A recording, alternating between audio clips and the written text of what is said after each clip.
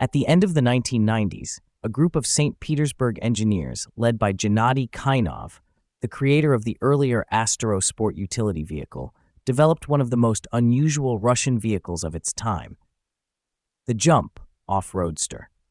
The project was carried out almost entirely from domestic components, with the goal of producing an affordable, versatile, and distinctive fun car for about $10,000. The Jump combined the ruggedness of a UAZ off-roader with the spirit of a sports roadster, creating a new hybrid class, the Off-Roadster. Built on a UAZ chassis with solid axles, a rear leaf spring suspension, and full-time four-wheel drive, it offered serious off-road capability.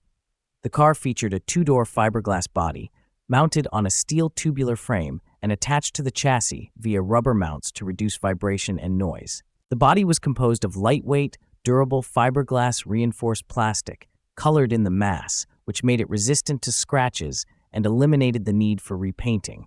Damaged sections could easily be repaired using epoxy resin and fiberglass. The removable roof panels and doors allowed quick transformation from a closed coupe to an open beach buggy in minutes.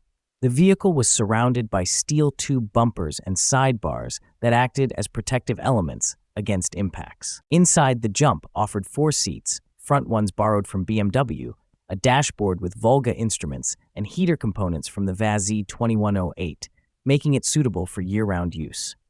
Under the hood, early versions used the 2.3-liter ZMZ 4062 engine, 150 horsepower, paired with a 4-speed manual transmission and a 2-speed transfer case.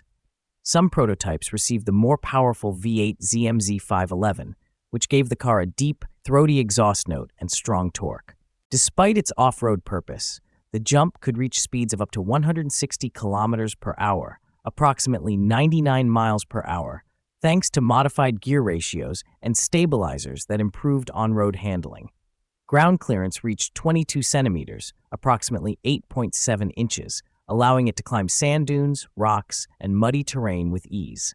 Production began in 2001 at the Military Repair Plant number 57 in St. Petersburg, but only 6 units were built before the project was shut down due to financial and lease disputes. Each car was unique, hand-assembled, and ahead of its time, a bold attempt to merge adventure, design, and engineering ingenuity in one vehicle. Today, the surviving Jump Off-Roadsters have become rare collector's items. Thanks to their corrosion-proof composite bodies and unbreakable UAZ underpinnings, several are believed to still exist, quietly reminding enthusiasts of one of the most original experiments in Russian automotive history.